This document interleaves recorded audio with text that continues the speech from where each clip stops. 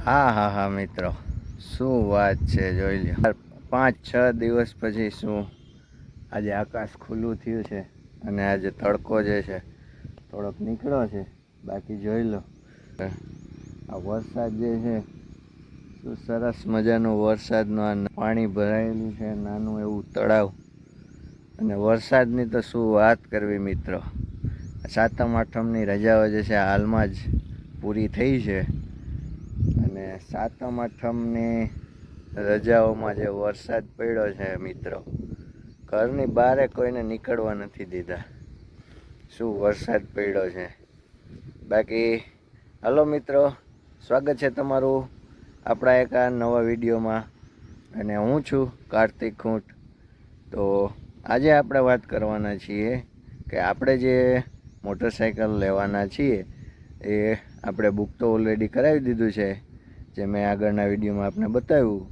તો કયું bike book કરાવ્યું અને એની પહેલાં કયા કયા આપણે મોટરસાઇકલ જોયા, તો એના વિશે આપણે આજે વાત કરીશું. તો આજે 5-6 દિવસ પછી જે તડકો નીકળ્યો છે, તો જો આંખો પણ નથી ખુલવા દેતો એવી તડકી લાગી છે. પરસેવો માંડ્યો છે વળવા થોડીક વારમાં. તો મિત્રો, આપણે જે છે મોટરસાઇકલ જોવા માટે ગયા. સૌથી પહેલાં આપણે હોન્ડામાં જ ગયા હતા.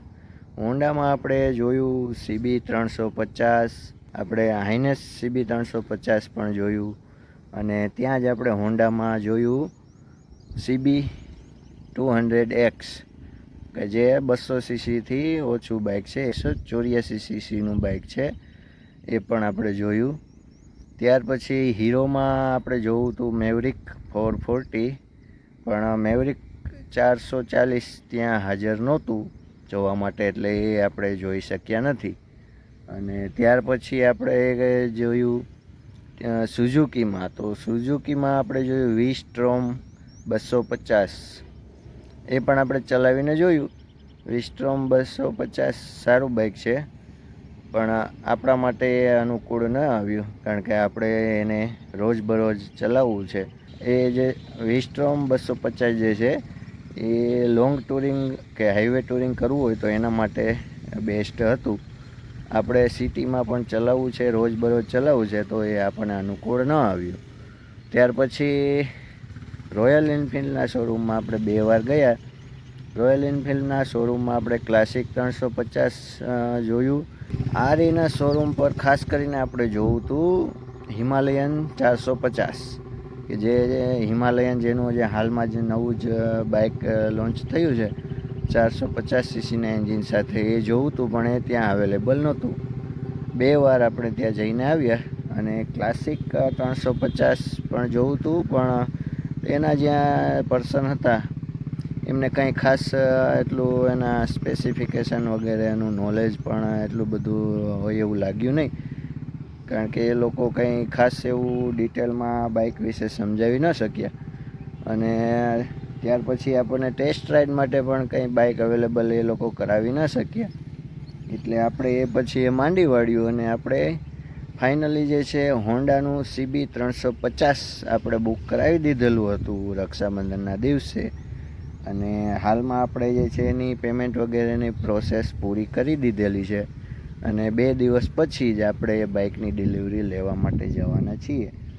તો આપણે મિત્રો લેવા જઈ રહ્યા છીએ હોન્ડા CB 350, કે જે એક્ઝેક્ટ જે છે આમ રોયલ એન્ફિલ્ડનું ક્લાસિક 350 આવે છે એને મળતું જોડતું બાઇક દેખાવમાં લાગે છે. તો તે આપણે લેવાના છીએ અને આપણે એને ચલાવીશું પછી. અને ખાસ કરીને આજે આપણે એ જ કહેવાનું હતું કે આપણે કયું બાઇક લઈએ છીએ, કયું બુક કરાવ્યું છે, જે આપણે પાછલા વિડીયોમાં આપણે નહોતું કીધું. તો ચાલો મિત્રો, મળીએ આપણે આગલા વિડીયોમાં. અને આગલા વિડીયોમાં આપણે ડિલિવરી લેતા જોઈશું આપણે હોન્ડાના શોરૂમ પર, હોન્ડા બિગવિંગના શોરૂમ પરથી આપણને એ બાઇક મળશે. તો આપણે મિત્રો 2 દિવસ પછી, મતલબ કે 2 તારીખે આપણે મોટરસાઇકલની ડિલિવરી લેવાના છીએ. 2 તારીખ જે છે આપણા માટે થોડીક ખાસ દિવસ છે. તો શું ખાસ છે આપણા માટે એ આપણે તે દિવસે જ જાણીશું. તો મળીએ આપણે નેક્સ્ટ વિડીયોમાં. અને મિત્રો, આપણે હજી તક આપણે ચેનલને સબસ્ક્રાઈબ નથી કરી તો સબસ્ક્રાઈબ કરી લેજો, વિડીયોને લાઈક કરજો. ચાલો દોસ્તો, મળીએ આગલા વિડીયોમાં.